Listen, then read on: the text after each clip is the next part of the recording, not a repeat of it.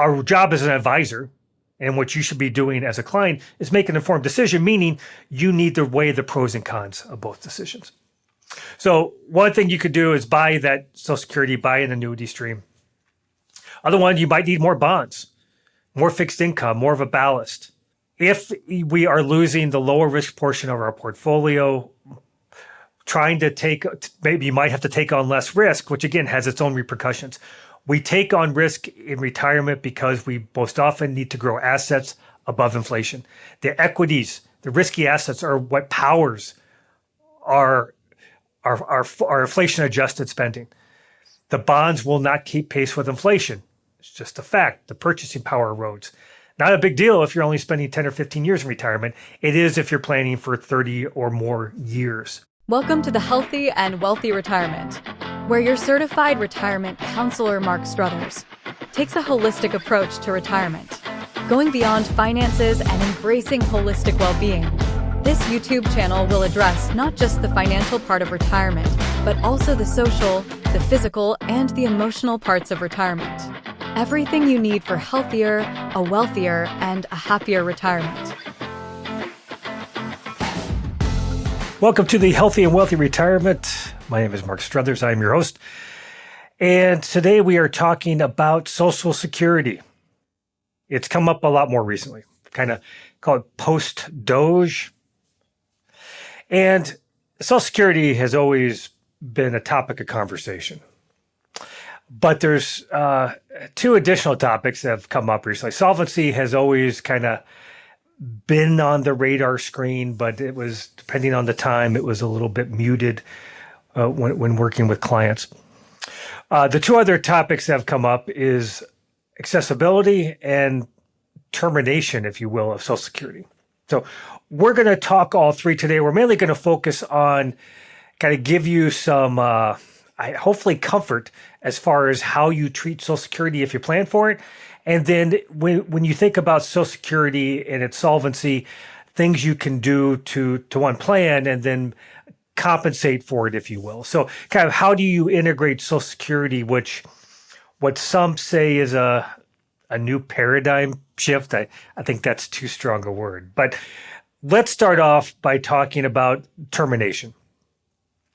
I understand people being scared. We paid into Social Security. So for some folks, Social Security makes up a big chunk of what they live on if they're retired.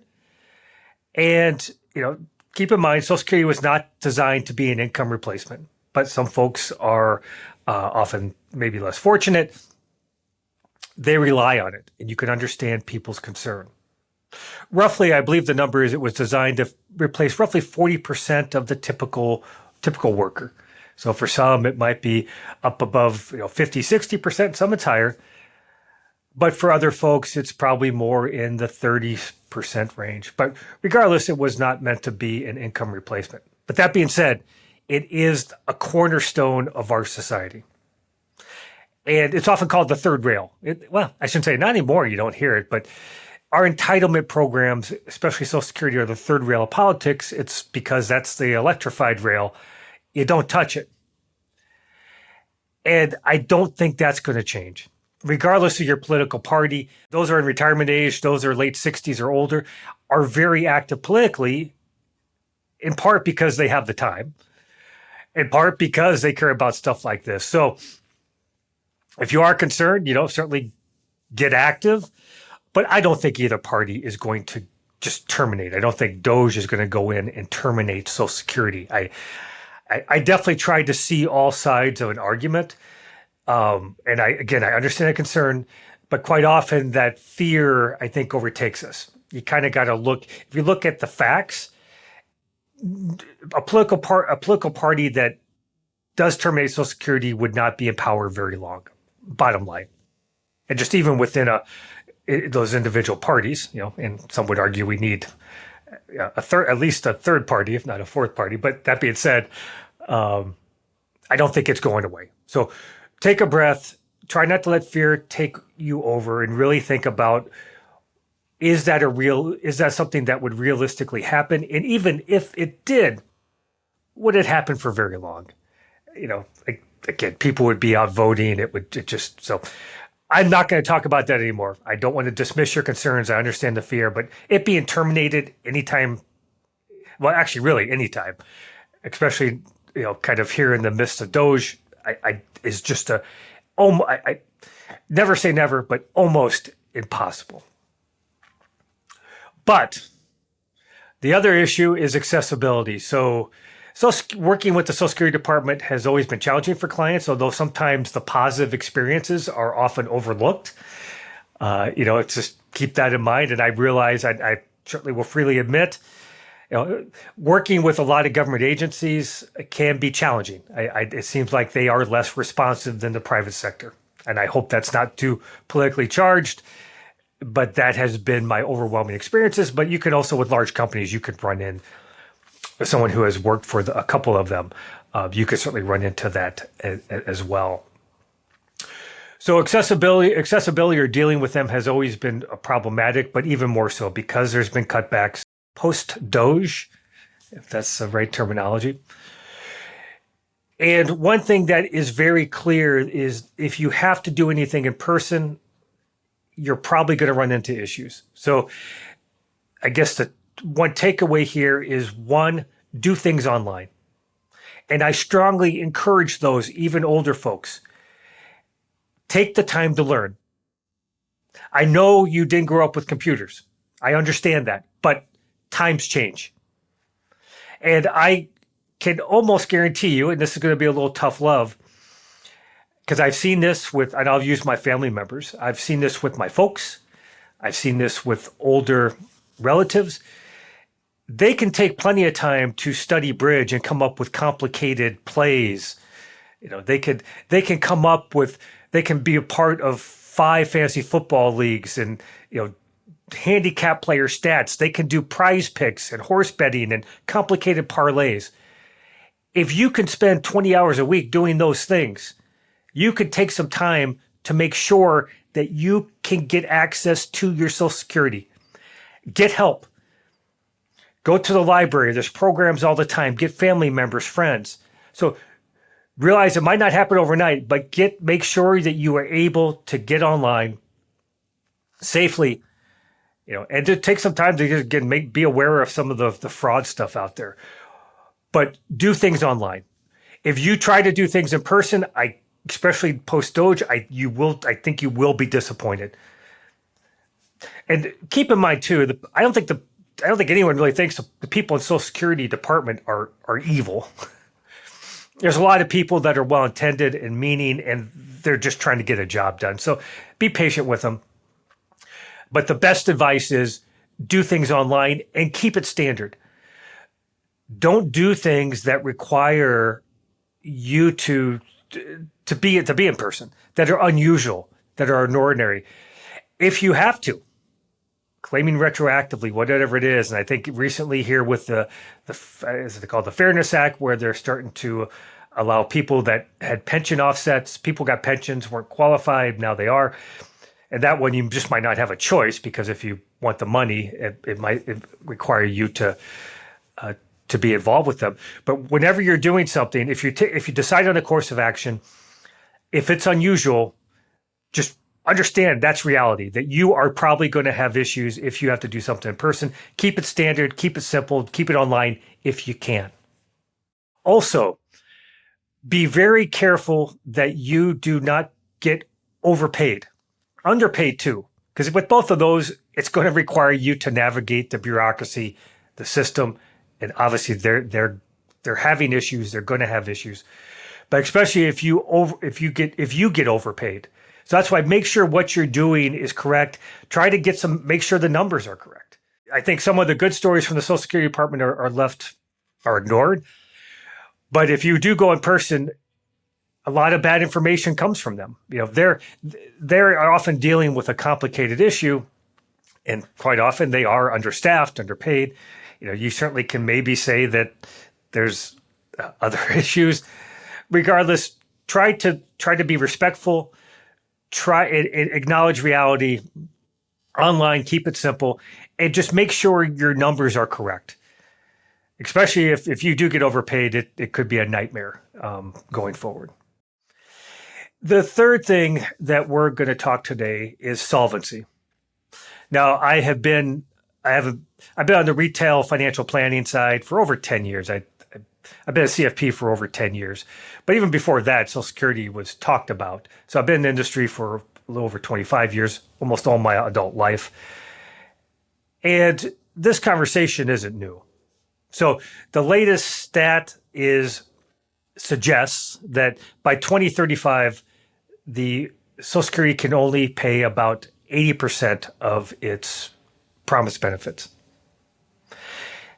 And yeah, that's concerning. But keep in mind, something similar happened in the 80s. They made a few adjustments and they kicked the can down the road. Now, the longer they kick that can without dealing with our excessive spending and debt, the less easier it's going to be to fix this. That should not be a controversial statement. I don't think either political party thinks that they can constantly just take on as much debt as they want and print money without consequences. What has changed a little bit is, one, the size of the debt, and a lot of that is post-COVID. And I know, not taking sides here, some of that is pretty justified, but the bottom line is we're not on a good path. But does that mean that we can't afford Social Security for quite a while? The answer is no. We're still a very strong economy. We're still the best house on the global block. And even if the global block is taking on too much debt, or less so for the United States, at least for now, but other countries make it much tougher to do business. It's why we are so innovative. It's why we have the tech companies. It's why we're the strongest economy. And to be blunt, it's why we buy more stuff. Part of the reason why we buy more stuff. Now, I know there's other issues. I think especially as people look into some of the trade issues. The bottom line is we are a healthy, strong economy. We can still afford to do a lot of things. So some of the things that have been floated that could make it solvent, I think they try to think in terms of 75 years. But even if it's 30, 40, 50 years, and then hopefully we are getting our act together. But increasing the cap on how much wages are taxed. So not all your wages. You make $300,000, not all your wages are taxed. So just increasing that. That's one method, and that certainly isn't odorous. I think what you're going to find as we move forward to solve this problem is there won't be a means test. And I've had a lot of wealthy people say there should be. Just a gentleman in my office the other day, small business owner. I think every time he comes in, he talks about how he shouldn't get Social Security. Now, he says he's not going to, and I don't blame him, he's not going to give it back to the government, given they seem to do things that are wasteful. But he does, his RMDs go to charity, and without, and I get that, but I don't think there's going to be a means test. But you're going to have kind of a backdoor means test, and that's something you could do. That if you have someone who's making $300,000, more and more of that could have the Social Security tax. And that's something. If you're the person being taxed, I know that's not good. But some of these changes are ways that it's better than something like that is going to be better. I think more people are going to accept that than say just assume a Social Security is not going to be there, have it go bankrupt. And moving the Social Security tax, something relatively small. So I've seen from 12.2 to 12.4%. So, and I know that we always seem to have taxes upon taxes. We have income tax, sales tax, property taxes, all these taxes, tax, where it's just water torture. That small change could do it. Or maybe they meet in the middle on all these things. So changing the full retirement age. So, and from my perspective, I think like with my boys that are under the age of 20, say, have them, which makes sense. If we're living longer, this retirement age should be moved back. So having that retirement age moved, or having I think one that was floated was top 40% of earners have their full retirement age moved from 67 to 70. So in all these cases, you can still assume Social Security might be there. You might have to wait to claim, but all these are ways that they can certainly fix the system. Another one that I was surprised as I was researching this was apparently a lot of Social Security funds, or a lot, I'm not sure how much, have been diverted to the HI fund, a Medicare Part, I think it's Medicare Part A fund, which it sounds like they had to do it to make that solvent. Why not just divert it back? So the takeaway here is these are fairly small things that if you're on the other side of them, I realize it's not a good thing. But when I see the fear out there of people saying, well, it's not going to be there at all, they're going to take it away. Well, these are small changes that would you rather have some higher earners? And it's tough to single out any one group, but when you say if someone's going to have to suffer, unfortunately, it's probably going to be them. I have a hard time believing that, especially for those that are nearing or in retirement, that we will ever touch Social Security for those who operate in the lower two tax bracket. I would say 2.5. So those who don't have a lot of assets kicking off income, I have a hard time believing that they're ever going to tax it too much or move that too much. So while we're facing challenges and while the U.S. has had kind of a little bit of a wake-up call, so it's this kind of solvency issue has been around for a while. The thing with Doge has kind of brought things to the forefront. But it's also, we're seeing more signs that people will not always buy our debt. In order for us to finance all these entitlements, we have to sell debt. And if people quit buying it, and again, I got to emphasize, these are small signs. We're still a very healthy economy, and we still have a long ways to go before we entirely mess this up. But you can't deny that there are some signs. You've seen the dollar decline. You've seen people say, it's not, and if other kind of, you throw in the fact that if other countries are kind of forced to go on their own, they're where they say we're not going to rely on the U.S. anymore. Necessity is a mother invention, where they say we're going to start trying to find ways of operating without the United States. That is possible, but that's going to take a long time. We still are an innovative, hardworking people. We still are the reserve currency. And and it's still very likely that if we were to have a global recession, not something mild that's maybe just to the U.S., people are probably still going to flock to us, to our debt and our dollar. So I often will tell people, to say, what, things aren't probably quite as bad as you see on TV or on social media. But when we do financial plans, folks often say, you know what, I don't want to plan with Social Security. And you can do that. As you might guess, I think that is too conservative a way to go because we are still such a strong economy. We still have a lot of runway. We can fix this with some small tweaks and a little bit of suffering. But the suffering is probably going to be with higher income folks. I hope it's not, the middle class or the upper middle class. I just don't think that's the case. But if you are going to discount it, I used to say younger people like under 40, assume 80% or something like it.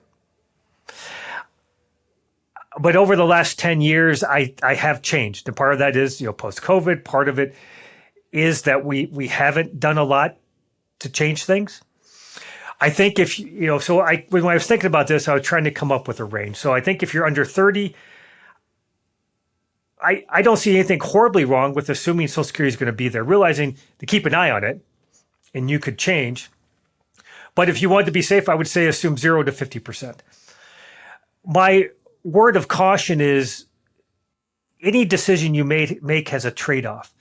That if you're sacrificing too much, you could end up suffering for no reason because you don't know for sure. To always assume the worst case scenario, to always assume that when you drive your car, there's going to be an accident that kills you, well, you'll never leave the house. where the cure is worse than disease, if you will. If you put off getting married, having a family because of the fear of Social Security, to me, I think that's a bad call, given you don't know.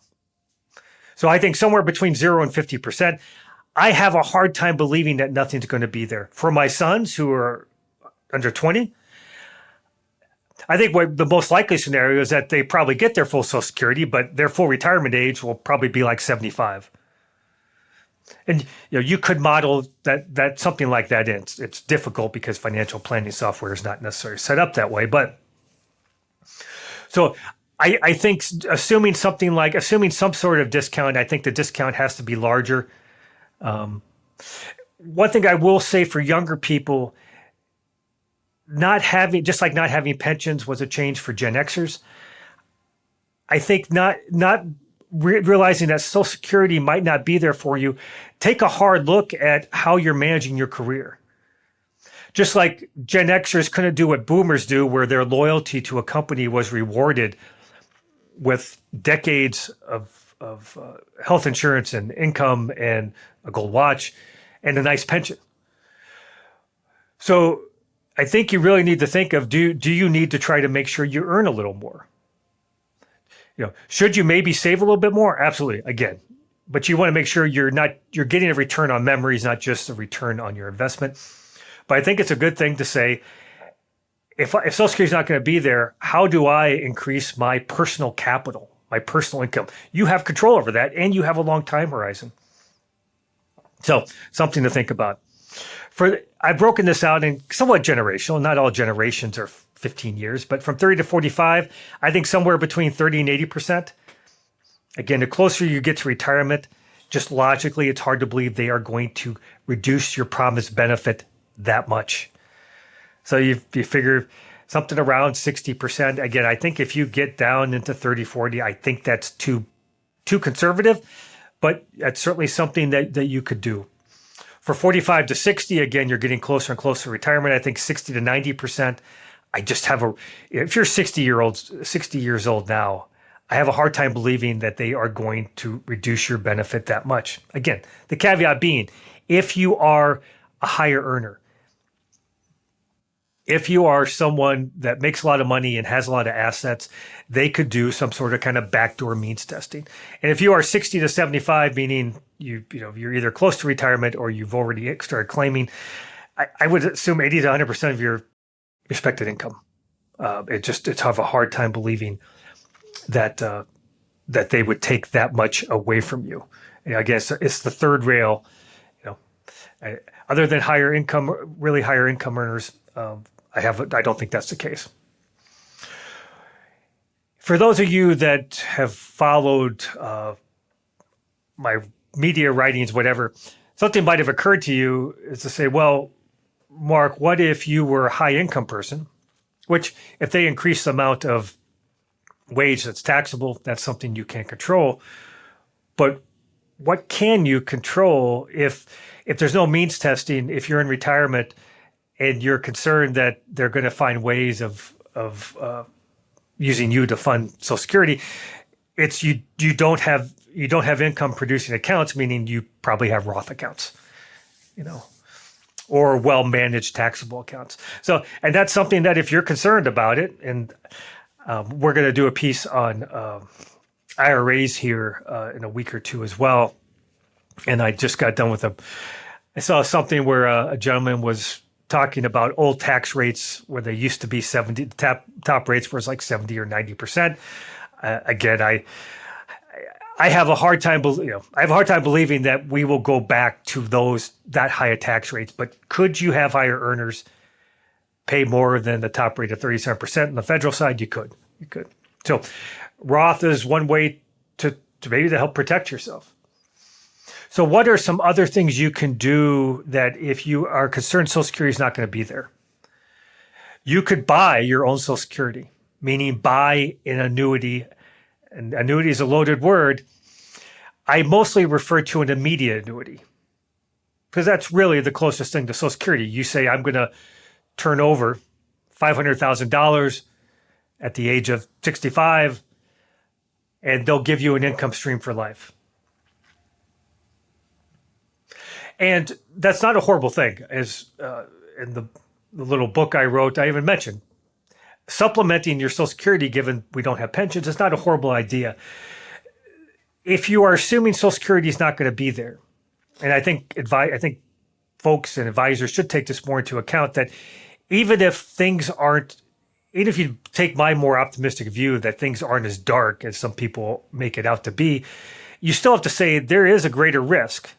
And as we move forward through time, if we don't change, that income stream is not going to be there. That income stream gives you, in essence, a safety net. If it's paying for 20, 30, 40% of your expenses, it allows you to take on risk other places. So you might want to buy, Now, when you buy these annuity streams, one of the biggest risks is inflation. That inflation could be trying to buy an inflation adjustment is very expensive. In the case of Social Security, it has COLA, cost of living adjustment. Doesn't match up perfectly with kind of inflation, especially healthcare, but it's not horrible. I don't remember. We looked back historically and came up with a lower COLA inflation rate than we did normal inflation. But again, it's better than 98% of the pensions you see now. So you could buy an annuity. You could buy a deferred annuity. Those are often oversold because there's such high commissions. Quite often you see commissions. Someone told me they're often 5% now. I haven't seen any directly, but they could be as high as 10 or 15. The immediate annuity is often 1 to 3%. And folks, I'll be perfectly honest, a lot of folks are not comfortable buying an immediate annuity. They don't like turning over all their cash. It's understandable. I think if financial planning is about making an informed decision, I think if you're really concerned about Social Security not being there, consider those. Now, you could do a deferred annuity. The only question you have to ask is you need to make sure you are comparing the two, or maybe three alternatives, but two alternatives. So are you better off letting your income, your savings invest and grow and compound outside of an annuity because it's almost always has a lower fee, and you have more investment options, and then using that larger amount to buy that immediate annuity at or close to retirement? Or are you better off having the deferred annuity? And there could be advantages. There could be insurance advantages, long-term care. There could be some tax deferral. There could be other features and benefits. But make sure you are looking at what both looks like at the future. It's a lot like if you buy term and invest the difference, as opposed to buying a whole life insurance policy. What does that look like? What are the pros and cons?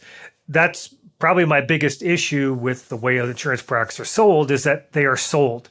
I think maybe one time when I used to do employee financial well-being, when we had folks come in, we would see a lot of insurance policies, and we're talking hundreds of folks. And I think maybe one time they said their advisor actually showed them buy term and invest a difference compared to a permanent insurance product. That's the issue I have. Our job as an advisor, and what you should be doing as a client, is make an informed decision, meaning you need to weigh the pros and cons of both decisions. So one thing you could do is buy that Social Security, buy an annuity stream. Other one, you might need more bonds, more fixed income, more of a ballast. If we are losing the lower risk portion of our portfolio, maybe you might have to take on less risk, which again has its own repercussions. We take on risk in retirement because we most often need to grow assets above inflation. The equities, the risky assets, are what powers our inflation adjusted spending. The bonds will not keep pace with inflation. It's just a fact. The purchasing power erodes. Not a big deal if you're only spending 10 or 15 years in retirement. It is if you're planning for 30 or more years. And I will also say, you can certainly look at real estate as well. Some folks use real estate as a bond replacement. The issues with that, probably self-evident, is real estate can be risky. You have to have, commercial or residential, you still have to have renters. You have to have someone that's actually giving you that income stream. There's cost associated with real estate. There could be your time. So, but that being said, if you're looking for a diversifier, and diversification is probably going to be more important if you don't have that the Social Security to act as a low risk, almost like bond, a low risk asset in retirement, and diversification with your other assets. So we've often talked about the lost decade that the S&P 500 had. Even a country as great and innovative as the U.S., on valuation methods or a recession or what have you, is going to have times where it underperforms, which again, when you're looking for predictable returns in retirement, we're a big believer that you're better off being diversified, having less volatility or potentially less volatility, even if you give up some of that concentration return of being only invested in large company tech. And you certainly have seen that the last 3 months, maybe 6, where large tech has, and part of that is the S&P 500 is largely made up of large tech companies, has underperformed, whereas other asset classes have not. I think that's going to be even more critical when you talk about losing the safety of Social Security. Lastly, when you think about your withdrawal strategy. So one strategy that is often overlooked is called a guardrail strategy, and that might have some different names. Basically, when you think about going into retirement without Social Security or reduced Social Security, having a withdrawal strategy that, because you're going to be that much more dependent upon your investments, that having a withdrawal strategy that reacts to that investments, doesn't overreact. We have parameters around it. But I think doing something like that and understand the consequences of it is probably going to be more critical. So don't try to react to the fear. Try to look at the facts, realizing that we're still in great shape, that the idea that it goes away completely is just a low probability event. But as these years have gone by, the risk is greater. You probably need to discount it if you're younger. And if you are discounting it or assuming it's not going to be there, you're going to have to probably adjust your approach to how you invest, maybe even account types. So unfortunately, this makes financial planning more complicated because we're dealing with another unknown. We've always had to guess at what stock market return, bond market returns, inflation, healthcare, real estate might return. But now we even have to guess, how do I count on Social Security? So I hope this helped put things in perspective.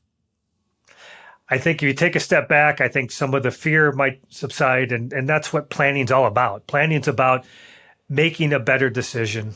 It's about shining some light underneath the bed so you can sleep a little easier, and realizing that, no, things are not perfect, but also things aren't as bad as some people make it out to be. And, come up with a plan that does help you sleep at night. Because if you do those things, you will have a healthier, a wealthier, and a happier retirement. Don't forget to hit subscribe. Go T-Wolves. Thanks for tuning in. If you enjoyed this episode, make sure to hit subscribe, leave a review, and share with your friends. Share the love. Make sure they have a healthier, a wealthier, and a happier retirement as well. Also, don't forget to subscribe to our newsletter for free resources, and check out our website and social media pages for exclusive content and updates. See you next time.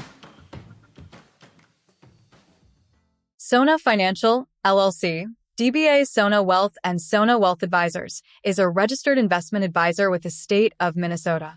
All views, expressions, and opinions included in this communication are subject to change. This communication is not intended as an offer or solicitation to buy, hold, or sell any financial instrument or investment advisory services. Any information provided has been obtained from sources considered reliable, but we do not guarantee the accuracy or completeness of any description of securities, markets, or developments mentioned.